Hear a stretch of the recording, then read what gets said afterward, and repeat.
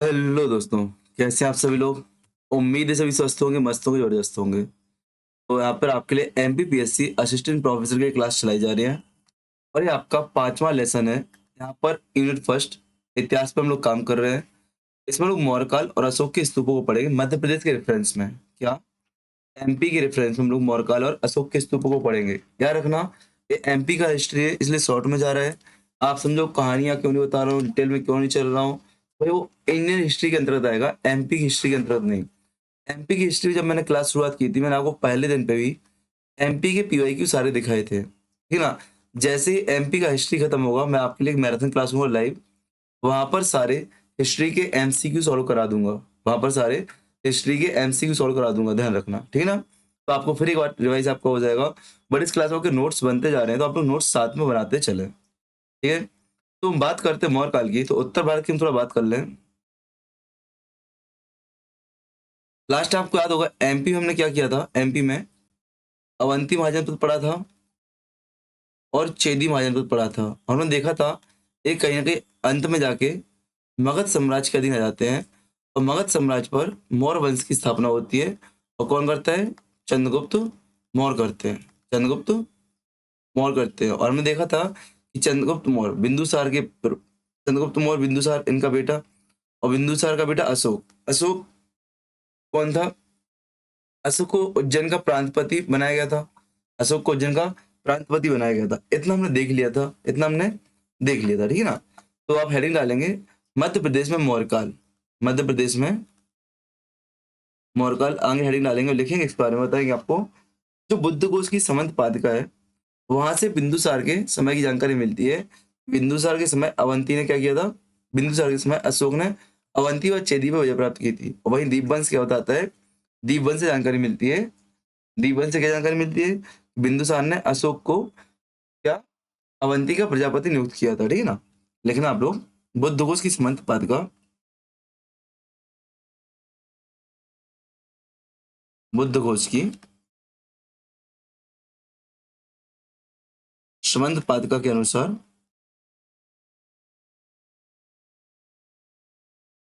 बिंदुसार के काल में, बिंदुसार के काल में अशोक ने अवंती व चेदी पर चेदी पर विजय प्राप्त की थी। अवंती व चेदी पर विजय प्राप्त की थी। साथ ही साथ यहाँ पे आपको क्या रखना है कि दीपवंश के अनुसार, दीपवंश महावंश बौद्ध ग्रंथ है, तो दीपवंश के अनुसार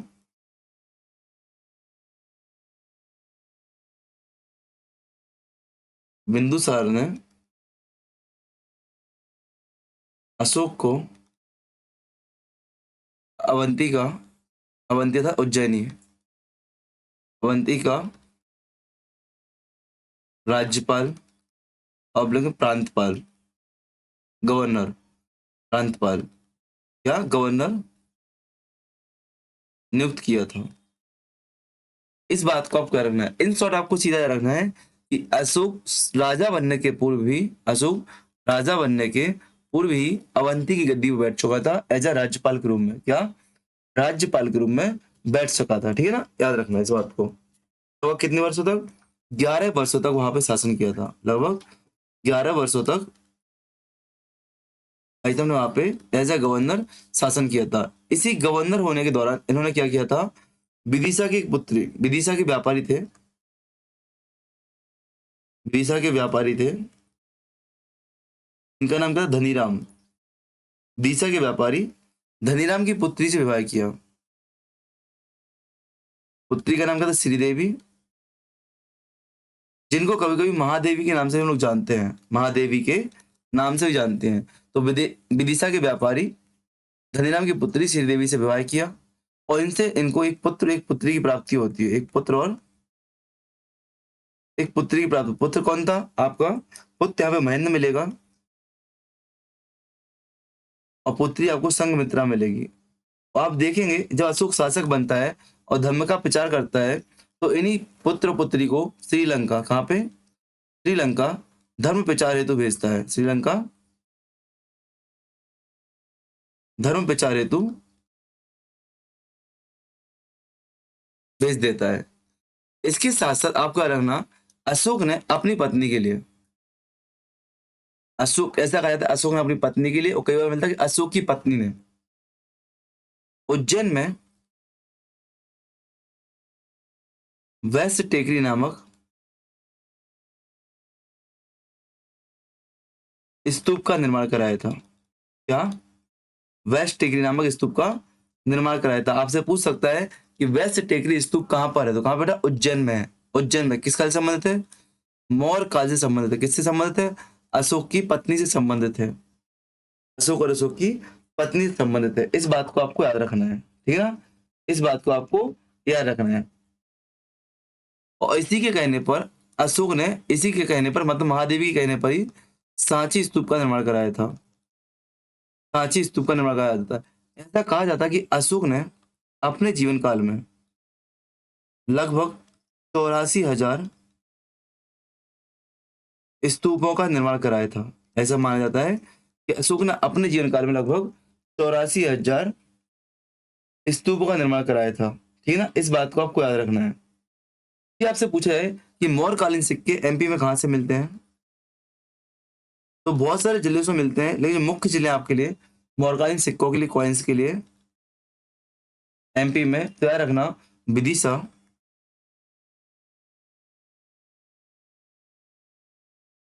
त्रिपुरी अर्थात जबलपुर। त्रिपुरी कहाँ पे? जबलपुर में है। अब इसको करंट वहां पे भी पढ़ेंगे, मॉडर्न हिस्ट्री में पढ़ेंगे, त्रिपुरी अधिवेशन के रूप में, ठीक है ना? उज्जैन, एरण और सतना, इन चित्रों से आपको अशोक बहुत मौर्यकालीन क्या मिलते हैं? कॉइन्स मिलते हैं, सिक्के मिलते हैं, ठीक है? मौर्यकाल के आपको सिक्के मिलते हैं, याद रखना।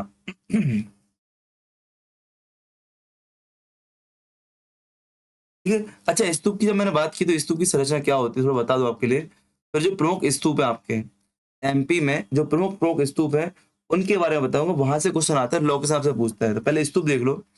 स्तूप एक साधारण होता है, ऐसा अर्ध कुंभकाकार टीला होता है, ठीक है ना? जो कि ईंटों या पत्थरों को बना हो सकता है। इसके ऊपर यहाँ पे आपका परिक्रमा के लिए थोड़ा ऊंचाई पे होता है, चबूतरे पे होता है, याद रखना। तो परिक्रमा के लिए यहाँ पे परिक्रमा पद भी होता है। क्या होता है? प्रदक्षिणा पद भी आपका होता है, ठीक है ना? याद रखना इस बात को। यहाँ पे आप जाओगे तो यहाँ पे आपको कुछ ऐसे एक, जैसे हाथी के ऊपर आपको मिलता है ना, हाथी के ऊपर डोलची मिलती है, यहाँ पे लोग बैठते हैं, ऐसे इसके स्तूप के ऊपर ऐसे एक डोलची टाइप से मिलेगी आपको, जो कि चौकोर होगी। और इसके ऊपर आपको एक ऐसा दंड मिलेगा, दंड पर आपको छत्र मिलेंगे। दंड पर आपको क्या? छत्र मिलेगा। दंड पे आपको छत्र मिलेगा। इस बात को आपको याद रखना है, ठीक है ना? चारों तरफ जाओगे तो आपको चारों तरफ इस स्तूप के बाहर भी, तो एक तो यहाँ पे मेदी के ऊपर परिक्रमा पथ मिल रहा है, एक स्तूप के बाहर भी यहाँ पे आपको परिक्रमा पथ मिलेगा पूरी स्तूप की लगाने के लिए। और बाहर आपको चारों तरफ रेलिंग मिलेगी। क्या मिलेगी आपको? रेलिंग मिलेगी। और रेलिंग पर कहीं कहीं चारों दिशाओं पर दरवाजे मिलते हैं, तोरण द्वार मिलते हैं, जो कि विभिन्न कलाकृतियों से सुसज्जित होते हैं और प्लेन भी हो सकते हैं, ठीक है ना? जैसे यदि यहाँ पे बताओ तो ऐसे कुछ तोरण द्वार होते हैं, ऐसे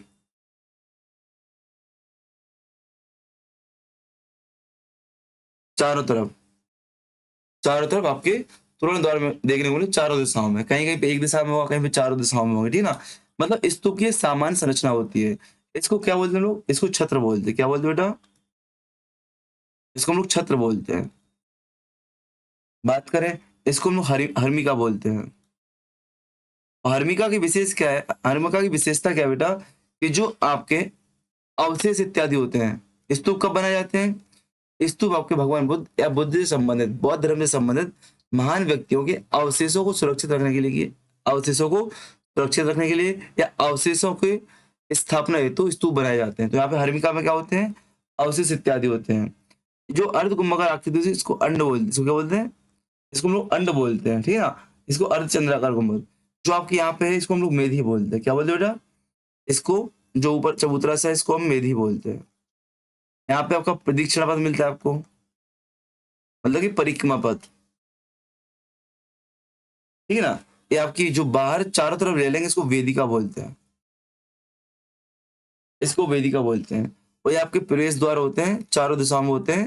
इनको हम लोग क्या बोलते हैं, तोरण द्वार बोलते हैं, तोरण द्वार। इनको हम लोग तोरण द्वार के नाम से जानते हैं, ठीक है ना। ठीक, तो इस प्रकार से स्तूप की संरचना होती है, स्तूप की संरचना आपकी होती है, ठीक है ना, याद रखना। अब बात करते हैं मध्य प्रदेश में कौन कौन से प्रमुख स्तूप मिलते हैं। क्या डालेंगे मध्य प्रदेश के प्रमुख स्तूप। इसमें कुछ याद करो या ना करो, आपको कम से कम लोकेशन याद रखनी है। आपको कम से कम लोकेशन तो याद रखनी पड़ेगी, क्योंकि लोकेशन से प्रश्न आते हैं कौन सा स्तूप कौन से जिले में। उनकी कुछ विशेषताएं भी होती हैं, वो तो आपको याद करा ही दूंगा मैं, बट आपको मैं करना लोकेशन याद। जैसे कि आप देखो तोमैन स्तूप, यहाँ पे अशोकनगर में मिलेगा आपको। क्या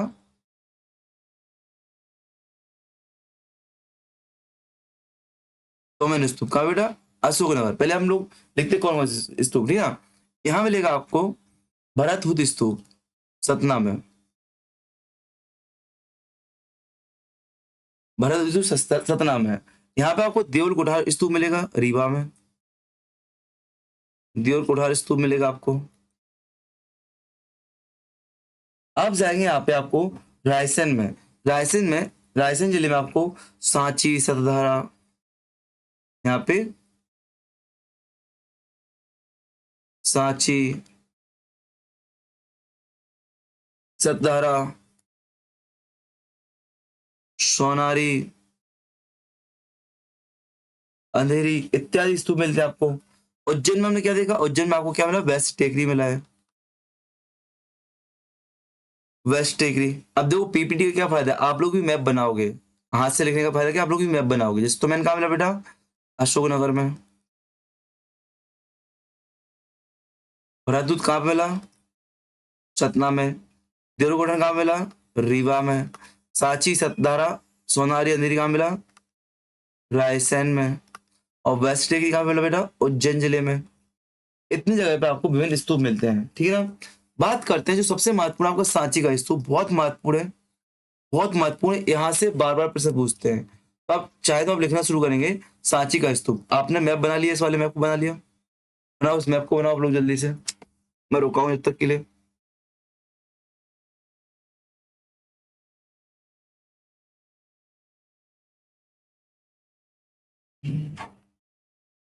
लिखो, ठीक है ना। सांची स्तूप क्या,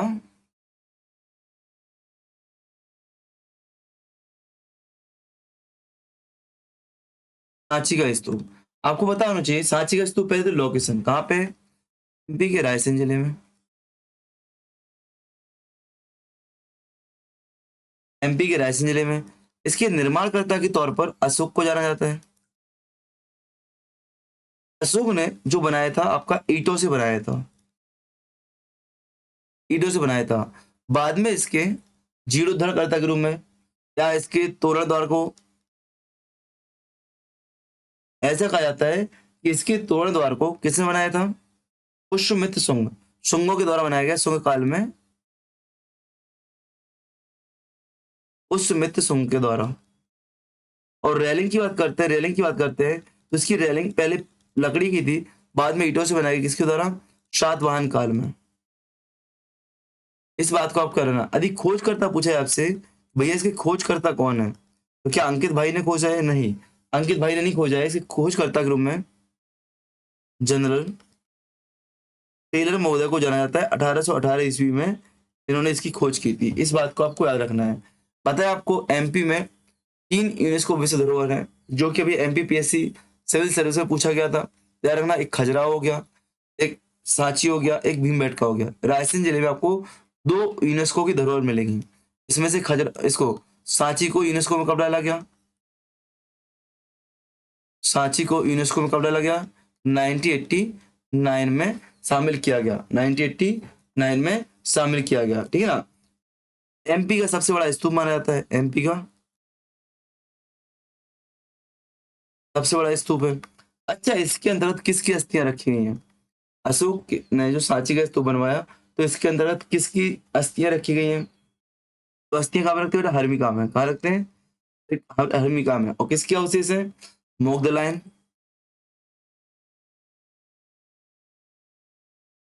मुग्धलायन के व आपके शारिपुत्र, सारीपुत्र के अवशेष यहाँ पे देखने को मिलेंगे। मुग्धलायन और सारीपुत्र के अवशेष देखने को मिलेंगे। आपको पता है जो न्यू करेंसी है इंडिया की नई करेंसी नोट है 200 का, उस पर क्या है, उस पर सांची स्तूप उकेरा गया है, उस पर सांची स्तूप उकेरा गया है। इस बात को आपको रखना 200 की करेंसी पर, ठीक है ना। चलो आगे बढ़ते हैं हम लोग। आगे देखते हैं हम लोग एक और महत्वपूर्ण स्तूप आपके सामने है, भरतहूत स्तूप।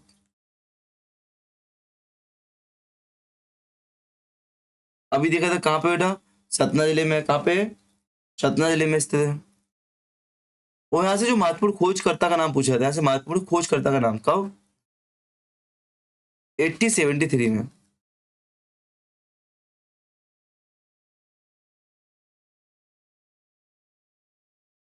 1873 में अलेक्जेंडर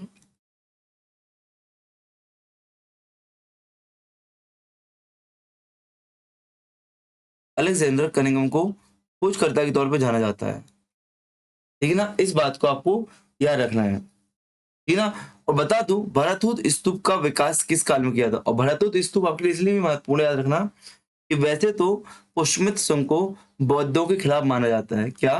वैसे तो पुष्यमित्र संघ को बौद्ध धर्म का विनाशक माना जाता है, लेकिन कई इतिहासकार इसको संरक्षक के तौर पर देखते हैं। क्यों? क्योंकि भाई साहब ने सांची के स्तूप का तोड़दार भी बनवाया था, और साथ ही साथ भरतहूत स्तूप का भी तोड़दार बनवाया था। ध्यान रखना, इसका भी तोड़दार किसने बनवाया? तोड़दार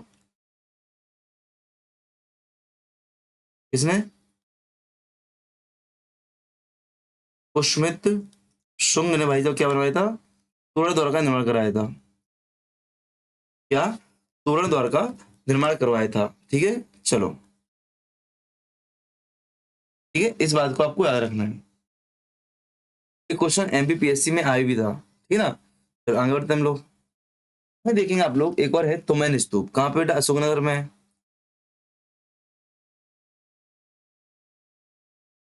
तुमैन स्तूप कहाँ पे है? अशोकनगर में है। वेस्ट टेकरी देख लिया हमने, वेस्ट टेकरी कहाँ पे? उज्जैन पे। अशोक ने अपनी पत्नी महादेवी के कहने पर बनवाया था वेस्ट टेकरी, ठीक है ना। वेस्ट टेकरी क्या, महादेवी के कहने पर किसने? अशोक ने बनवाया था, ठीक है। साथ ही साथ आपको मिलेगा देवर कोठार,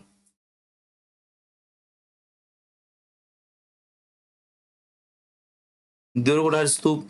देवरकोटा स्तूप आपको कहाँ मिलेगा? रीवा में मिलेगा बेटा, रीवा में।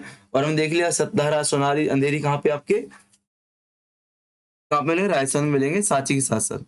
इनके अलावा आपको पता होगा अशोक ने धम्म के प्रचार के लिए बहुत सारे इंस्क्रिप्शन अभिलेख जारी किए थे। इंस्क्रिप्शन अर्थात अभिलेख जारी किए थे। अब वो अभिलेख कौन कौन से हैं, वो अभिलेख कौन कौन से हैं याद रखना। मैंने क्या बोला कि अशोक ने क्या किया था बेटा? अशोक ने क्या किया था? टाइम पास नहीं, अशोक ने बहुत सारे अभिलेख भी जारी किए थे अपने धार्मिक के प्रचार प्रसार हेतु, अपनी जनता से संवाद हेतु। उनमें से कुछ अभिलेख आपको एमपी में मिलेंगे, जैसे कि रूपनाथ अभिलेख। रूपनाथ अभिलेख आपको एमपी में मिल जाएगा। इसके साथ साथ आपको गुर्जरा अभिलेख मिल जाएगा एमपी में, गुर्जरा अभिलेख मिल जाएगा। साथ साथ आपको सांची अभिलेख भी मिल जाएगा, सांची अभिलेख मिल जाएगा। कसराबाद अभिलेख आपको मिलता है।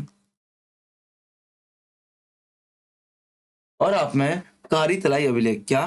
कारी तलाई अभिलेख आपको भी मिलेगा, कारी तलाई अभिलेख।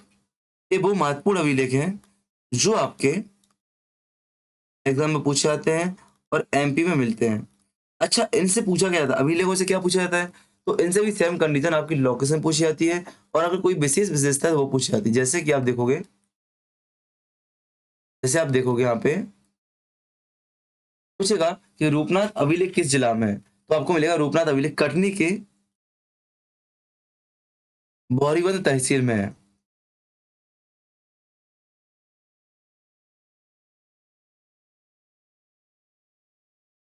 कटनी के गौरीबंद तहसील में आपको मिलेगा। वही गुर्जरा अभिलेख की बात करें तो गुर्जरा में आपको दतिया में, कहाँ पे, दतिया में मिलेगा। और गुर्जर अभिलेख आपका एकमात्र ऐसा अभिलेख एमपी का ऐसा अभिलेख है जहां से अशोक का नाम अशोक मिलता है, जहां से एमपी का एकमात्र ऐसा अभिलेख है जहां से अशोक का नाम अशोक मिलता है। पूरे इंडिया में ऐसे 4 अभिलेख हैं अशोक के जिनमें अशोक का नाम अशोक मिलता है। दतिया, नेट्टूर, उदयगोलम, ठीक है ना, गुर्जरा, ऐसे 4 अभिलेख, नेट्टूर, उदयगोलम, गुर्जरा। एक और अभिलेख है, 4 अभिलेख हैं जहां से अशोक का नाम अशोक मिलता है, ठीक है ना। सांची का, अच्छा आपको याद है कि 4 कौन कौन से, नेट्टूर, उदयगोलम, गुर्जरा। एक और अभिलेख है, बताओ, नेट्टूर, उदयगोलम और गुर्जरा। एक और अभिलेख है जहां से अशोक का नाम अशोक मिलता है, बताओ कौन सा अभिलेख है वो, ठीक है ना। सांची अभिलेख, सांची अभिलेख कहाँ मिलता है, रायसेन जिला में मिलता है। कहाँ पे, सांची अभिलेख रायसेन जिले में मिलता है। कसरा अभिलेख आपको खरगोन जिले में, कहाँ पे, खरगोन जिले में मिलेगा। वहीं आपका कारी तलाई अभिलेख, वहीं आपको क्या, कारी तलाई अभिलेख आपको कहाँ मिलेगा बेटा, कटनी जिले में मिलेगा। कहाँ पे, कटनी जिले में आपको देखने को मिलेगा। इस प्रकार से हमने देखा मौर्य काल में, मौर्य काल में अशोक को देखा, एमपी से संबंधित मौर्य काल की स्थिति देखी, विभिन्न अशोक के अभिलेख देखे और हमने अशोक के विभिन्न स्तूप देखे। इस क्लास में इतना ही। जो नेक्स्ट क्लास होगी वहां पे हम लोग क्या पढ़ेंगे, मध्य प्रदेश में ब्राह्मण साम्राज्य, मौर्य काल जिसको बोलते हैं, उसको हम लोग देखें मध्य से ब्राह्मण साम्राज्य। यहाँ पे हम 2 प्रमुख देखेंगे, एक तो शुंग वंश को देखेंगे जो कि विदिशा उज्जैन के निवासी थे, और दूसरा हम लोग सातवाहनों को देखेंगे जो कि दक्षिण भारत में आपको देखने को मिलेंगे, ठीक ना। दक्षिण में बोल सकते हैं, मध्य भारत में बोल सकते हैं, जो कि दक्षिण और उत्तर के मध्य आपके ब्रिज का काम करते हैं सातवाहन। इन दोनों के बारे में हम लोग देखेंगे। देन हमारी क्लास होगी अन्य प्राचीन वंशों पर, जिसमें आपके औलिकर हो जाएंगे, मेघ हो जाएंगे, नाग हो जाएंगे, कदारमक हो जाएंगे, मैकल, पांडव, परिवारजक, उच्चकल, वाक्टक, आभीर, गर्दविल इत्यादि इत्यादि डायनेस्टी आपकी हो जाएंगी। क्या, इत्यादि इत्यादि डायनेस्टी आपकी हो जाएंगी। इस बात को आपको याद रखना है, ठीक है ना। तो यहाँ पे आपको इतना कर दिया। आज छोटी क्लास रिकॉर्ड हुई थी, इसलिए आपको 2 छोटी क्लास रिकॉर्ड हो रही है, इसलिए आपको 2 मिलेंगे। आप बोले सर इसी क्लास में क्यों नहीं कर रहा हूँ मैं, इसी क्लास में इसलिए नहीं कर रहा हूँ क्योंकि आपके नोट्स प्रॉपर बनना चाहिए टॉपिक वाइज। मैं चाहूँ तो इसी क्लास में आपको करा दूंगा सातवान वगैरह, सुंग वगैरह, बट नहीं, क्योंकि आपको क्या करना है, इसी क्लास में नहीं करना, आपको प्रॉपर नोट्स मिलेंगे, आप इतना रिवाइज करेंगे, देन जाके आप सेकंड क्लास देखेंगे। आज की जो सेकंड क्लास है आपके जस्ट इसके 1 घंटे बाद 6 बजे वाली मिली आपको, 7 बजे आपको इसकी सेकंड क्लास आपको मिल जाएगी, सेकंड पार्ट आपको मिल जाएगा, जहाँ पे आपको ब्राह्मण समाज मिलेगा, सोंग और सातवाहन, ठीक है ना। आप बोलो सर एक दिन में 2-2 3-3 क्लास, बिल्कुल एक दिन में 2-3 क्लास इसलिए देना है क्योंकि मुझे जुलाई के पहले मई और जून तक पूरा पेपर 1 कवर करना है। पेपर 1 कवर करेंगे तभी तो आपका एग्जाम रिवाइज कर पाओगे, एग्जाम तो रिवाइज कर पाओगे, नोट्स आपके पास बन पाएंगे ना। तो 2 महीने 60 दिन में पूरा हमें क्या करना है, पेपर 1 कवर करना है, ठीक है ना। तो मिलते हैं नेक्स्ट क्लास में, बेस्ट ऑफ लक।